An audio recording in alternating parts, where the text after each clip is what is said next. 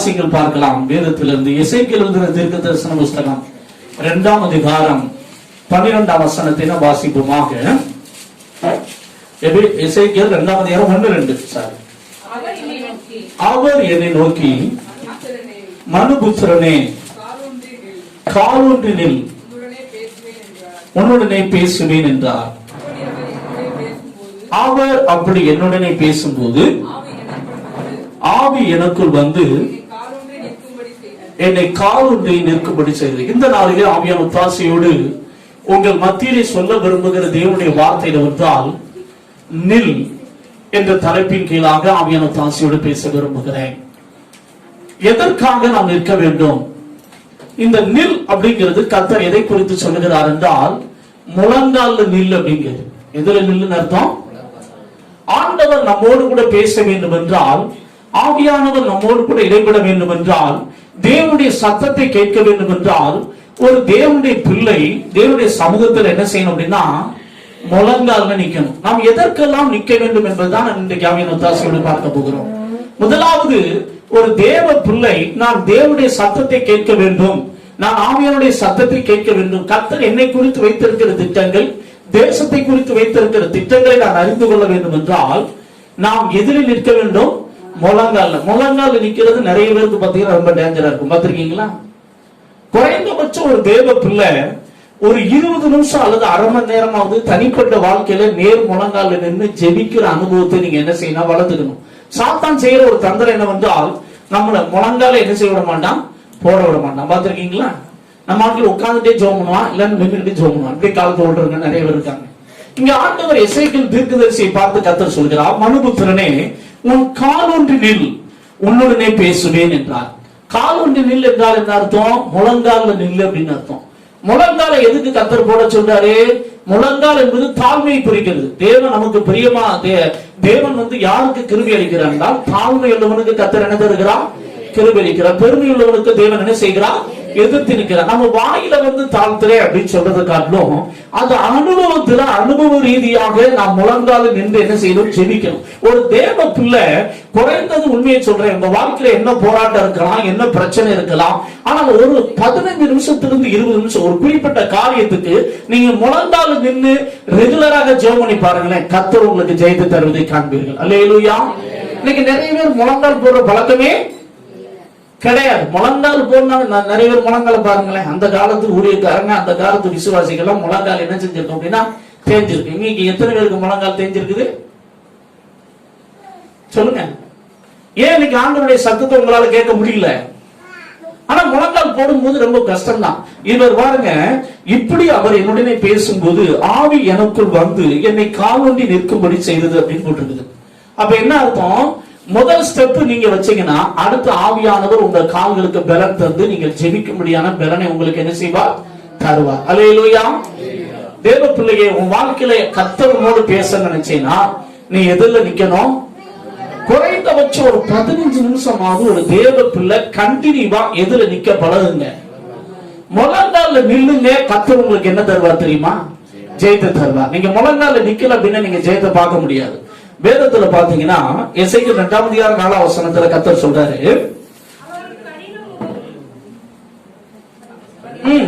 வாசிங்க.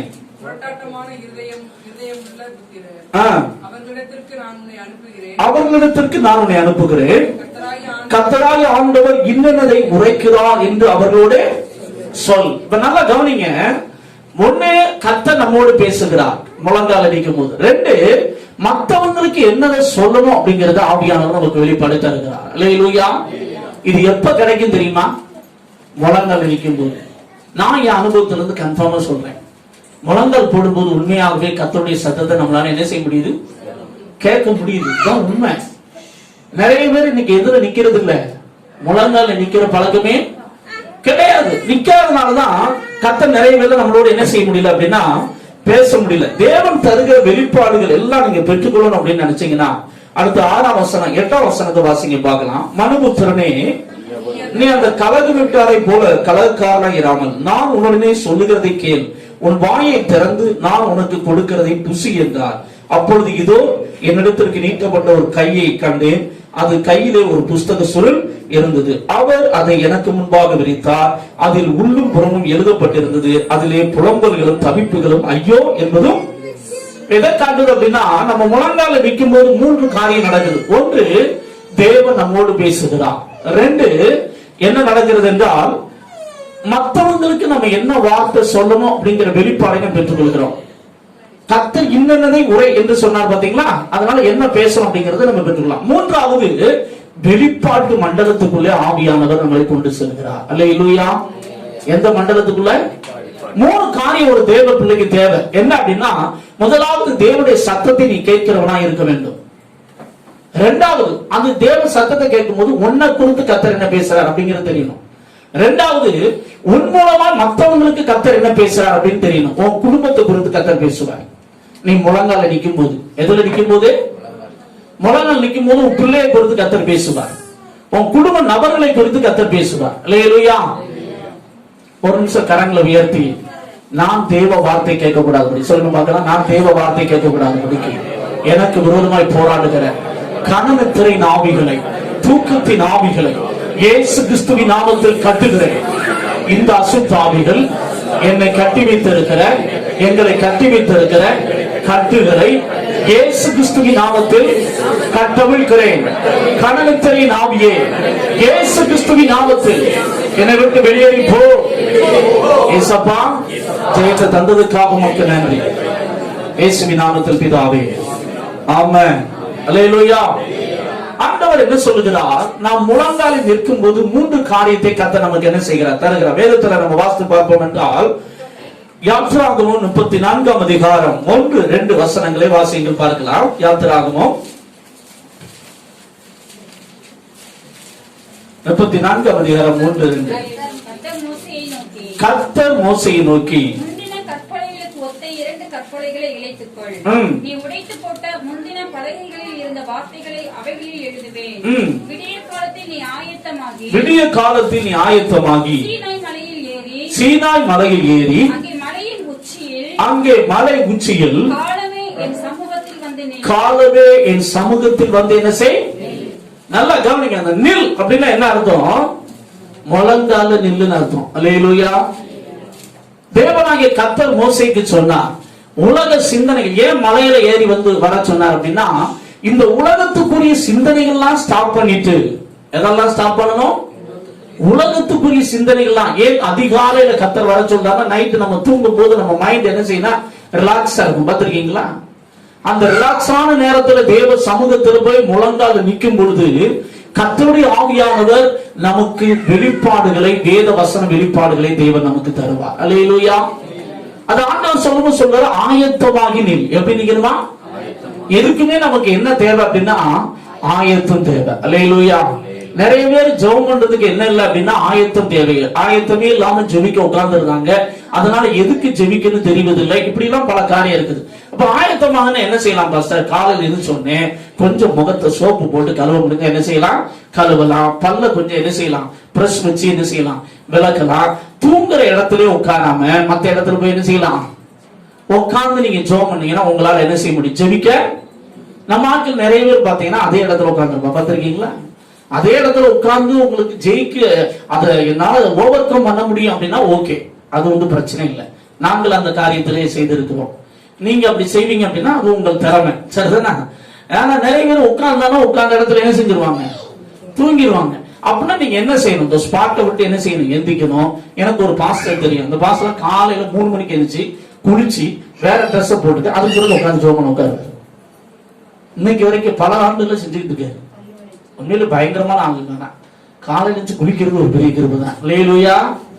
நீங்க எல்லாம் குளிப்பீங்களா? நான் குளிக்க கூட சொல்றேன். முகத்தையாவது சோப்பு போட்டு என்ன செய்யுங்க? சோப்பு போட்டீங்கன்னா அந்த தூக்கு கலக்க என்ன செஞ்சிடும்? போயிடும். அதுக்கடுத்து பிரஸ் வளர்க்கினீங்கன்னா ரொம்ப நல்லது. அதுக்கு மேலே எனக்கு ரொம்ப டயர்டா இருக்குன்னா சில டீ போட்டு குடிப்பாங்க. பார்த்திருக்கீங்களா? இந்த சீனி என்ன செய்யும் அப்படின்னா, மனுஷனுக்கு காலையில் நீங்க எவ்வளவுதான் தூக்க கலத்துல சீனி ஒரு ஸ்பூன் சாப்பிட்டீங்கன்னா என்ன நடக்கும் தெரியுமா? உங்களுக்கு இருக்கிற டைனஸ் நீங்க மத்தியானம் 12 மணி ஆகி வாரி அப்படி பிரிஸ்கா இருப்பீங்க. சீனி அவ்வளவு எனர்ஜி கொடுக்க முடியாது. அது உடனுக்குடனே என்ன செய்யணும்? சுகர் உலக போகும். போன உடனே என்ன செய்யும் அப்படின்னா ஸ்டெப் தான். அதுக்கு தான் டீ சாப்பிடுறது. அதனால விரும்புறவங்க அதை சாப்பிட்டு உட்கார்ந்து ஜெபம் பண்ண பாருங்க. உங்களால முழங்கால என்ன செய்ய முடியும்? நிக்க முடியும். இன்னொன்னு ஆயத்தமாகி அப்படின்னா முந்தின நாளே நீங்க அதுக்காக ஜெபிக்கணும். அதுக்காக என்ன செய்யணும்? ஆண்டவரே நான் எத்தனை மணிக்கு என்ன செய்யணும்? ஜெபிக்கணும். அதுக்கு முக்கியமா தடையா இருக்கிறது ரெண்டு எதிரி இருக்கான். அது என்ன எதிரினா, ஒண்ணு உங்களுக்குள்ள இருக்கிற சுயம். உங்களுக்குள்ள இருக்கிறதுலே மிகப்பெரிய எதிரி யாருன்னு கேட்டா நமக்குள்ள இருக்கிற சுயம். இந்த பையன் தான் என்ன சொல்லுவாங்க அப்படின்னா நம்மளை தாளாட்டுவாங்க, ரொம்ப பலவீனமா இருக்கிற, ஒன்னால தான் முடியாது, உனக்கு ரொம்ப கிருகிருன்னு என்ன செய்யுது வருது அப்படின்னு நமக்கு என்ன செய்வானா அப்படி தாளாட்டி சொருட்டி நம்மளை என்ன செய்வானா அப்படியே உட்கார வச்சிருவான். சரிதானே? ஆண்டவருக்கு தெரியாதா நம்முடைய இருதயம் அப்படியே உட்கார்ந்து தாளாட்டு பாடிக்கிட்டே இருக்கு அப்படின்னு என்ன செய்வான்? தாளாட்டுவான் இவன்.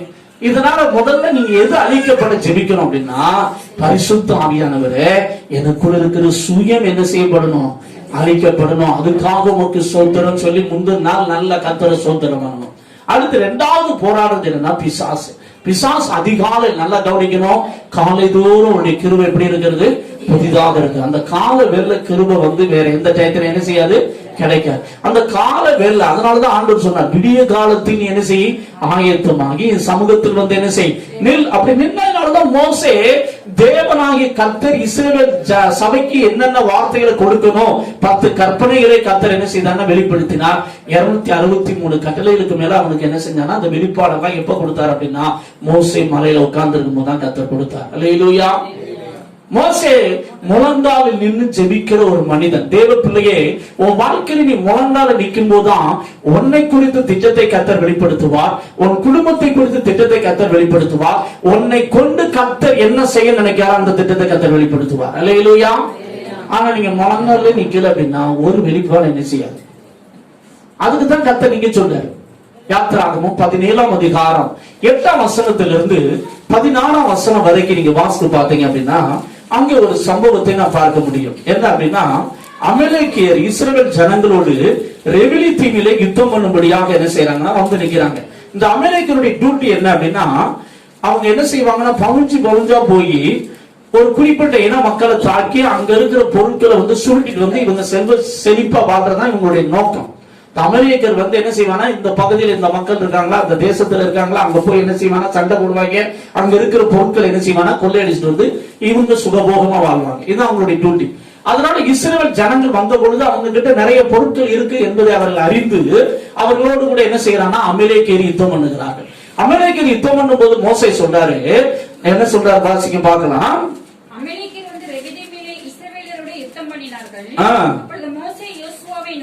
மோசே யோசுவாவை நோக்கி நீ நமக்காக மனிதரை தெரிந்து கொண்டு புறப்பட்டு நாளைக்கு நான் மலை உச்சியில் தேவனுடைய கோலை என் கையில் பிடித்துக் கொண்டு நிற்பேன் என்றான். யோசுவா தனக்கு மோசே சொன்னபடியே செய்து அமலேக்கியரோடு யுத்தம் பண்ணினான். மோசேயும் ஆரோனும் ஊர் என்பவனும் மலை உச்சியில் ஏறினார்கள். மோசே தன் கையை ஏறெடுத்திருக்கையில் இஸ்ரவேலர் மேற்கொண்டார்கள். தாழ விடுகையில் நல்லா கவனிக்கணும். தேவன் நமக்கு தருகிறதான இரக்கம், கிருபை, உதவி எல்லாம் எதை சார்ந்து இருக்கு என்றால், நாம் முழங்காலில் நின்று ஜெபிக்கும் பொழுதுதான் ஒவ்வொரு நாளும் தேவன் நமக்கு வைத்திருக்கிறதான கிருபைகளை, உதவிகளை, பலனை, ஆசீர்வாதத்தை நாம் பெற்றுக்கொள்ள முடியும். அல்லேலூயா. நம்ம எப்ப முழங்கால நின்று ஜெபிக்கிறத ஸ்டாப் பண்றோமோ அப்ப பரலோகத்திலிருந்து நமக்கு வரக்கூடிய கிருபை, இரக்கம், உதவி, தேவைகள் சந்திக்கப்படுது எல்லாம் என்ன செஞ்சோம்னா ஸ்டாப் ஆகும். அதான் இங்க கர்த்தர் காண்கிறார். மோசே மலை உச்சியில ஏறி என்ன செய்யறான் அப்படின்னா முழங்கால நின்று ஜெபிக்கிறான். கீழே யோசுவாவும் அவருடைய இஸ்ரவேல் ஜனங்களும் சேர்ந்து அமலேக்கியரோடு என்ன செய்கிறார்கள்? யுத்தம் பண்ணுகிறார்கள். நம்முடைய அனுதின வாழ்க்கையில நமக்கு விரோதமாக அமலேக்கிய ஆவி செயல்படுகிறது. இந்த ஆவியுடைய நோக்கம் என்ன அப்படின்னா, தேவன் உனக்கென்று வைத்திருக்கிற லக்கை நோக்கி நீ முன்னேறக்கூடாதபடி, தேவன் உனக்கென்று வைத்திருக்கிற தேவ தரிசனத்தை நோக்கி நீ முன்னேறக்கூடாதபடி, தேவன் உனக்கென்று வைத்திருக்கிற ஆசீர்வாதமான இடங்களை, கானான் தேசத்தை நீ சுதந்திரிக்காதபடிக்கு உன்னிடத்தில் இருக்கிற எல்லா பொருட்களையும் கொள்ளையாடுவதற்காக அந்த அமலேக்கிய ஆவி போராடுகிறது. அது என்ன போராடுகிறது? வேதம் சொல்லுகிறது, யோவான் 10ஆம் அதிகாரம் 10ஆம் வசனம், திருடன் திருடவும் கொல்லவும் அழிக்கும் வருகிறான் என்று வேறொன்றுக்கு வரான். இப்ப அமெரிக்க ஆவியுடைய நோக்கம் என்ன? உனக்கு தேவன் மேல் இருக்கிறதான விசுவாசத்தை திருடுவது, உனக்கு தேவன் மேல் இருக்கிறதான தேவனோடு கூட இருக்கிறதான ஐக்கியத்தை திருடுவது, தேவ வார்த்தையை உன் உள்ளத்திலிருந்து எடுத்து போடுவது. இதான் அவனுடைய நோக்கம். அல்லேலூயா. நீ இதுவரைக்கும் தேவனிடத்திலிருந்து பெற்றுக்கொண்டதான ஆசீர்வாதங்களை உன்னை விட்டு என்ன செய்ய வேண்டும்? எடுக்க வேண்டும் என்பதற்காக இந்த அமெரிக்க ஆவி போராடும். கர்த்தர் உனக்கு கொடுத்த சுகத்தை திருடுவதற்காக அது போராடும். இதை நீங்கள் ஜெயிக்க வேண்டும் என்றால் ஒவ்வொரு நாளும் நாம் சாகும் வரைக்கும் தேவ சமூகத்திலே நாம் ஜெபிக்கும் பொழுதுதான் தேவனிடத்திலிருந்து என்னத்தை பெற்றுக் கொள்கிறோம் என்றால் கிருபைகளை பெற்றுக் கொள்கிறோம், உதவியை பெற்றுக் கொள்கிறோம், ஆசீர்வாதங்களை பெற்றுக் கொள்கிறோம். மோசே ஜெபம் பண்றது ஸ்டாப் ஆனோனே தேவனுடைய வல்லமை இஸ்ரவேல் ஜனங்கள் மேல் இறங்குவது ஸ்டாப் ஆகிவிட்டது. என்ன செய்துவிட்டது? நல்லா கவனிக்கணும். நீங்க ஜெபிக்கிறத ஸ்டாப் பண்ணீங்க அப்படின்னா, முழங்கால நின்று ஜெபிக்கிறத நீங்க ஸ்டாப் பண்ணீங்க அப்படின்னா, தேவனுடைய வல்லமை உங்கள் மேல் இறங்குவது என்ன ஆகிவிடும்? ஸ்டாப் ஆகிடும். தேவனிடத்திலிருந்து வர்ற உதவி உங்களுக்கு என்ன செஞ்சிடும்? ஸ்டாப் ஆகிடும். தேவனிடத்திலிருந்து வரக்கூடிய கிருபை என்ன செஞ்சிடும்? ஸ்டாப் ஆயிரும். மோசே திறப்பிலே உத்தரவாதத்தை உணர்ந்து நின்னா. நீங்க உங்க குடும்பத்துக்காக முதல்ல உத்தரவாதத்தை உணர்ந்து நில்லுங்க. உங்களுக்காக முதல்ல என்ன செய்யுங்க? நில்லுங்க. மோசே இஸ்ரவேல் ஜனங்களுக்காக பரிந்து பேசி ஜெபித்தான். நமக்காக ஆண்டவராகிய இயேசு கிறிஸ்து எபிரேயர் 7ஆம் அதிகாரம் 25ஆம் வசனம் இவ்விதமாய் சொல்லுகிறது. வாசிங்கள் பார்க்கலாம். எபிரேயர் 7ஆம் அதிகாரம் 25ஆம் வசனம்.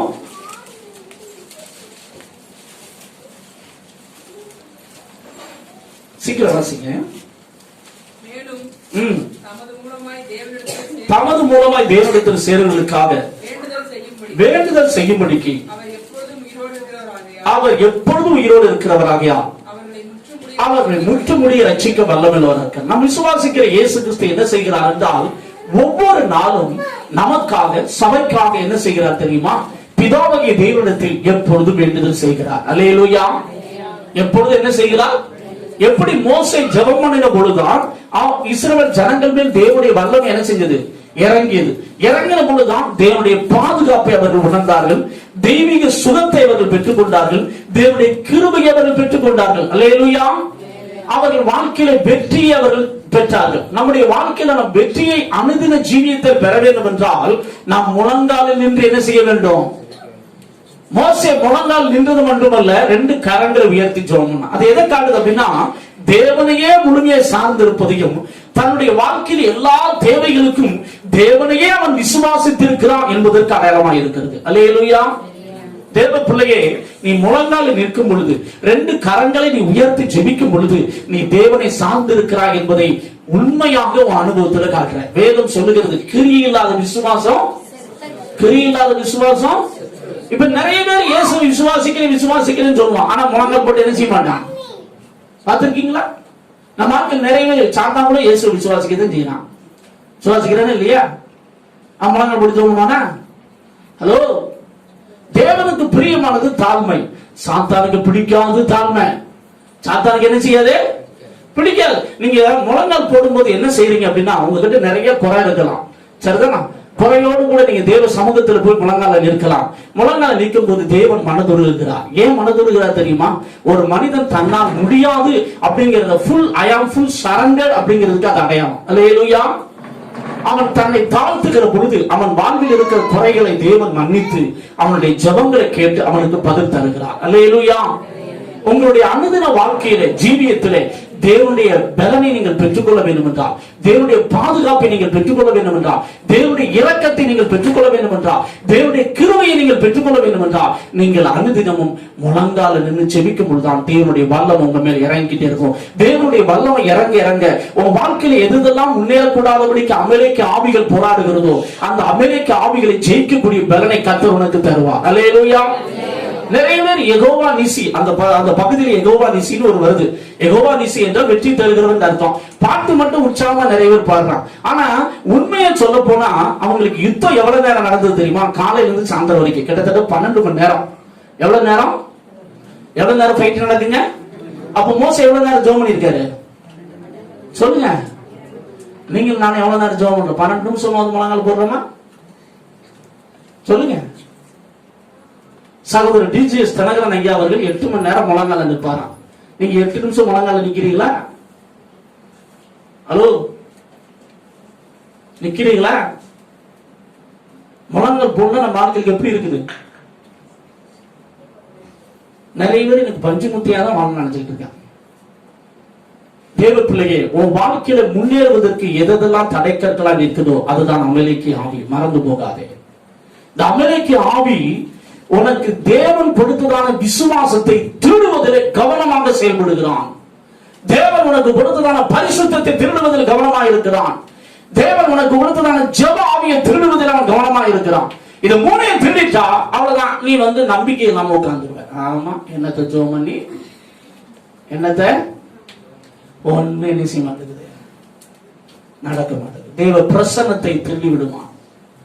உன்னை விட்டு தேவ பிரசன்னத்தை விலக்குவதான் உன்னுடைய நோக்கம். பாவத்தை கொண்டு வந்து இயேசு கிறிஸ்து நமக்காக எதற்காக ஜெபிக்கிறார் தெரியுமா? வேதம் சொல்லுகிறது, நம்முடைய தேவைகள் சந்திக்கப்பட இயேசு ஜெபிக்கிறார். எபிரேயர் 4:16 இவ்விதமாய் சொல்லுகிறது, நம்முடைய தேவைகள் சந்திக்கப்படுவதற்காக இயேசு கிறிஸ்துவினுடைய ஆவிக்குரிய தேவையை மட்டும் சந்திக்கிறவர் அல்ல, நம்முடைய சரீர பிரகாரமான தேவைகளை சந்திக்கிறவர் நாம் விசுவாசிக்கிற தேவன். அல்லேலூயா. உங்களுக்கு ஒரு குட் நியூஸ், இயேசு கிறிஸ்து உங்களுக்காக எனக்காக இரவும் பகலும் பரலோகத்தில் என்ன செய்யறார் தெரியுமா? ஜெபிக்கிறார். நாம் அவரோடு கூட இணைந்து ஜெபிக்க வேண்டும் என்று நமக்கு அழைப்பு கொடுக்கிறார். அதனால்தான் இயேசு கிறிஸ்து சீசரை பார்த்து சொன்னார், 1 மணி நேரமாவது என்னோடு கூட நீங்கள் விழித்திருக்க கூடாதா என்று இயேசு சீசரை பார்த்து கேட்டார். தேவ பிள்ளையே, நீ 1 மணி நேரமாவது தேவ சமூகத்தில் அனுதினம் என்ன செய்யணும் தெரியுமா? காலையில ஒரு 20 நிமிஷம், மத்தியானம் ஒரு 20 நிமிஷம், நைட் ஒரு 20 நிமிஷம் அப்படி ஜெபம் பண்ணா 1 மணி நேரம் நீ ஜெபிக்கலாம். 1 மணி நேரம் நீ ஜெபிப்பா என்றால் நீ சோதனைகளை நீ ஜெயிக்கலாம். அல்லேலூயா. ஆனா எதுல நிக்கணும் சொல்லுங்க? எனக்கு ரொம்ப கஷ்டமா இருக்கு பஸ் அப்படின்னா ஒரு 10 நிமிஷம் முன்னாங்க போடுங்க, கொஞ்ச நேரம் உட்காருங்க, பரவாயில்லைக்கு ஒரு 10 நிமிஷம் என்ன செய்யுங்க. நான் உண்மையை சொல்றேன், உங்க வாழ்க்கையில வெற்றி பெறணும் இன்னைக்கு எழுதி வச்சுக்கோங்க. ஒரு குறிப்பிட்ட காரியத்தில் உனக்கு தோல்வி இருக்குதா, தினமும் ஒரு 15 நிமிஷம் அந்த குறிப்பிட்ட நேரத்தை ஒதுக்கி அந்த காரியத்துக்காக மட்டும் நீ முழங்கால நின்று 15 நிமிஷம் ஜெபம் பண்ணிப்பார். 1 மாசம் உன் வாழ்க்கையில கர்த்தர் மிகப்பெரிய வெற்றியை தருவார். அல்லேலூயா. ஆனா நீ எதுல நிக்கணும் சொல்லுங்க? எதுல நிக்கணும்? அப்படி நின்னாதான் நமக்கு என்ன கிடைக்கும்? ஆண்டவர் நம்முடைய தேவைகள் சந்திக்கப்பட அவர் நமக்காக வேண்டுதல் செய்கிறார். அது மட்டுமல்ல, சோதனைகளை நாம் ஜெயிக்க லூக்கா 22:32 சொல்லுகிறது, இயேசு கிறிஸ்து எதற்காக நமக்காக ஜெபிக்கிறார் என்றால், உன் விசுவாசம் ஒளிந்து போகாதபடி நான் உனக்காக என்ன செய்தேன்? வேண்டிக் கொண்டிருந்து இயேசு கிறிஸ்து பேதுருவை பார்த்து சொன்னார். பேதுருவுக்கு மிகப்பெரிய சோதனை வரப்போகுது, தம்முடைய சீசர்களுக்கு மிகப்பெரிய சோதனை வரப்போகிறது. இந்த சோதனை மத்தியிலே என்னுடைய மகனாகிய பேதுரு என்னை மறுதலித்து விடக்கூடாது என்பதற்காக இயேசு கிறிஸ்து பேதுருவுக்காக என்ன செய்தார் தெரியுமா? ஜெபித்தார். மாம்சத்தில் இருந்த நாட்கள்ல இன்றைக்கும் அவர் ஜெபித்துக் கொண்டிருக்கிறார். அப்ப நீங்களும் நானும் நம்முடைய பிள்ளைகளுக்காக, நம்முடைய குடும்பத்துக்காக, ஆண்டவரே என் பிள்ளைகள் உண்மையில் வைத்திருக்கிற விசுவாசத்தை ஒரு நாள் என்ன செய்து விடக்கூடாது, விட்டுவிடக் கூடாதுன்னு சொல்லி நீங்கள் ஜெபிப்பீர்கள் என்றால் தேவனிடத்திலிருந்து அந்த கிருபை இறங்கி வரும். அல்லேலூயா. ஒவ்வொரு நாளும் ஒரு தேவ பிள்ளை ஜெபிக்க வேண்டிய ஜெபம் என்ன? மத்தேயு 6:13 எங்களை சோதனைக்கு உட்பட பண்ணாமல் தீனி என்று ரட்சித்துக் கொண்டோம். ஒரு தேவ பிள்ளையுடைய ஜெபம் ரொம்ப முக்கியமான ஜெபம். நீங்கள் ஃபைனலா ஜெபிக்க வேண்டிய ஜெபம்